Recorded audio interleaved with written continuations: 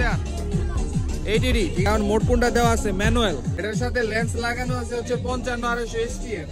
তো গাইস এখন তোমাদেরকে ডিসপ্লেতে সেটিং দেখাই দিতেছি, যে সেটিং এ আসলে এইটিডিতে আমি ছবি তুলি।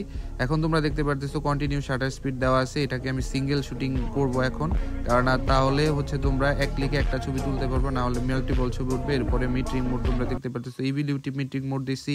অটো ফোকাস অপশন যেটা, এটা হচ্ছে আমি সিঙ্গেল ডট অটো ফোকাস রাখবো, কেননা আমি মাল্টিপল সাবজেক্টের ছবি তুলতেছি না, এখানে সিঙ্গেল যে হচ্ছে একজন থারাবে তার যাতে ছবিটা প্রপারলি শার্প আসে সেজন্য হচ্ছে আমি সিঙ্গেল স্পট অটো ফোকাস রাখতেছি। এরপরে তোমরা দেখতেছো অটো ফোকাস অপশন, এটা ওয়ান শট দিয়ে রাখতেছি, কেননা আমি ওয়ান শটে রাখলে ফোকাসটা প্রপারলি হবে। এরপরে তোমরা দেখতে পারতেছো হোয়াইট ব্যালেন্স অলওয়েজ হচ্ছে সেন্টারে রাখবা। আর তোমাদের লাইটিংয়ের উপর বেস করে তোমরা হচ্ছে হোয়াইট ব্যালেন্সটা চেঞ্জ করবা, সরি এই কালার ব্যালেন্সটা চেঞ্জ করবা। এরপর তোমরা দেখতে পাচ্ছ কেলভিন আমি রাখতেছি এখানে 4000, কারণ আমি রাত্রে শ্যুট করতেছি, আর এখানে হচ্ছে ইয়েলো টিউনটা একটু বেশি। এরপরে তোমরা দেখতে পারতেছো পিকচার স্টাইল আমি পোর্ট্রেটে নিলাম। তো পোর্ট্রেটের মধ্যে আমি হচ্ছে যে সেটিংটা করব এটা এখন তোমাদেরকে দেখাই দিতেছি। তো এখন হচ্ছে পোর্ট্রেটে আমি হচ্ছে ক্লিক দিলাম, এরপরে এখন ইনফো বাটনে চাপ দিতে হবে। যদি ইনফো বাটনে চাপ দিই তাহলে এটার অপশনগুলো ওপেন হবে। এখানে তোমরা দেখতে পাচ্ছ শার্পনেস আমি হচ্ছে বাড়াই দিব হালকা, যাতে আমার ছবির ডিটেলটা ভালো আসে।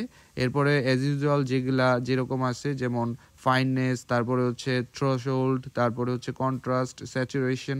সো কন্ট্রাস্টটা আমরা 0-তে রাখবো, স্যাচুরেশন 0-তে রাখবো, এবং কালার টিউনটা আমরা 1 বাড়ায় নিব।